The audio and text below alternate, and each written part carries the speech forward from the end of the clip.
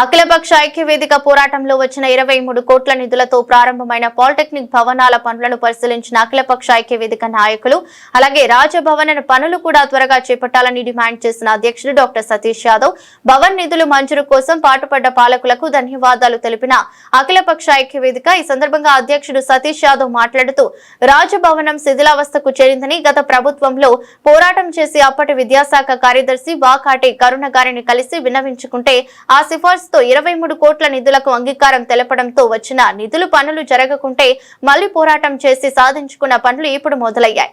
నిధులు తేవడానికి కష్టపడ్డ ప్రతి నాయకునికి ధన్యవాదాలు తెలుపుతూ పాలిటెక్నిక్ కళాశాల కొత్త భవనంపై అంతస్తులు వాటి వెనుక హాస్టల్ బిల్డింగ్లు పరిశీలించడం జరిగింది.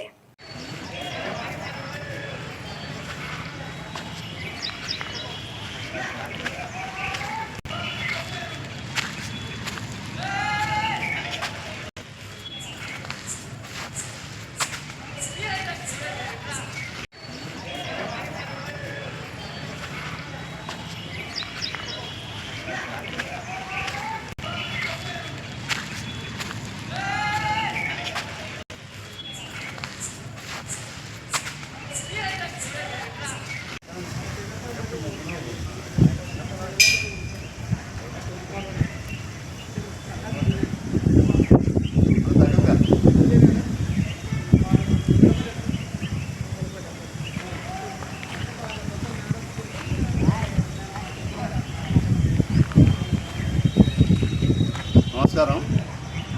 ఈరోజు పాలిటెక్నిక్ కళాశాలకు వచ్చిన అయితే మేము 5 సంవత్సరాల నుండి పోరాడి గత పాలకులకు విన్నపాలు చేసి కాకపోతే హైదరాబాద్ వెళ్ళి ఈ ఎడ్యుకేషన్ సెక్రటరీకి ఇచ్చి మేము నిధులు చేసి తర్వాత ఫైనాన్స్ సెక్రటరీకి ఇచ్చి తర్వాత ఫైనాన్స్ మినిస్టర్ని కలిసి మేము ఆ రోజు సాధించాము. 23 కోట్లు ఈ పాలిటెక్నిక్ బిల్డింగ్కు మరియు భవనానికి మరియు హాస్టల్కు పాలిటెక్నిక్ కాలేజ్కు కలిసి 23 కోట్లు ఆ రోజు వచ్చాయి.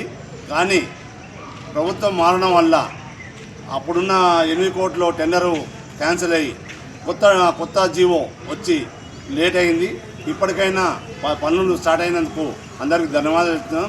పాలకులు దీనికి కృషి చేసిన పాలకులు తర్వాత మా అఖిలపక్ష ఐక్యవేదిక ఆ రోజు కొట్లాడి ఈ రాజాప్రసాదం కూలిపోతుంది పట్టించుకోవాలని అందరికీ వినతిపత్రాలు ఇచ్చి ఇక్కడ నుండి హైదరాబాద్ వరకు పోరాటం చేస్తే ఆ రోజు అందరు స్పందించి 23 కోట్లు రిలీజ్ చేయడం జరిగింది.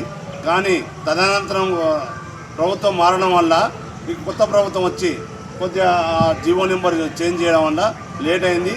అయినా కూడా ఇక్కడ ఎమ్మెల్యే గారికి గతము అంటే మొత్తం దీనికోసం కష్టపడ్డ ప్రతి ఒక్కరికి ధన్యవాదాలు చెప్తాము. మేము అఖిలపక్ష ఐక్యవేదిక నుంచి ఈరోజు హాస్టల్ బిల్డింగ్ కూడా తర్వాత పాలిటెక్నిక్ కళాశాల బిల్డింగ్ కూడా సందర్శించడం జరిగింది.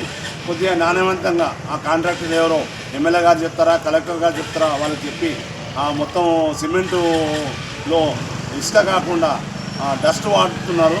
అట్లా కాకుండా దానికి నాణ్యవంతంగా ఇసుకతోటే మొత్తం కట్టాలని మేము కోరుతున్నాము. ఎందుకంటే ఇది ఎడ్యుకేషన్ బిల్డింగు పిల్లలకు చాలా కాలం అది ఇచ్చేది కనుక నాణ్యవంతంగా మంచిగా కట్టాలని 23 కోట్లు కాకుంటే గవర్నమెంట్ నుంచి ఇంకా 10 కోట్లు తేవాలని మేము కోరుతున్నాము. ఈ కళాశాల ఒకప్పుడు రాష్ట్రంలోనే సెకండ్, కానీ రాను ఇప్పుడు లాస్ట్కి అయింది. మళ్ళీ ఈ బిల్డింగ్ కట్టి హాస్టళ్ళని కడితే మళ్ళీ రాష్ట్రంలో మొదటి స్థానానికి వస్తుంది. కాబట్టి ఖచ్చితంగా దీనిపై దృష్టి సారించి పాలకులు ఇదే విధంగా కృషి చేయాలని కోరుతున్నాము. ధన్యవాదాలు.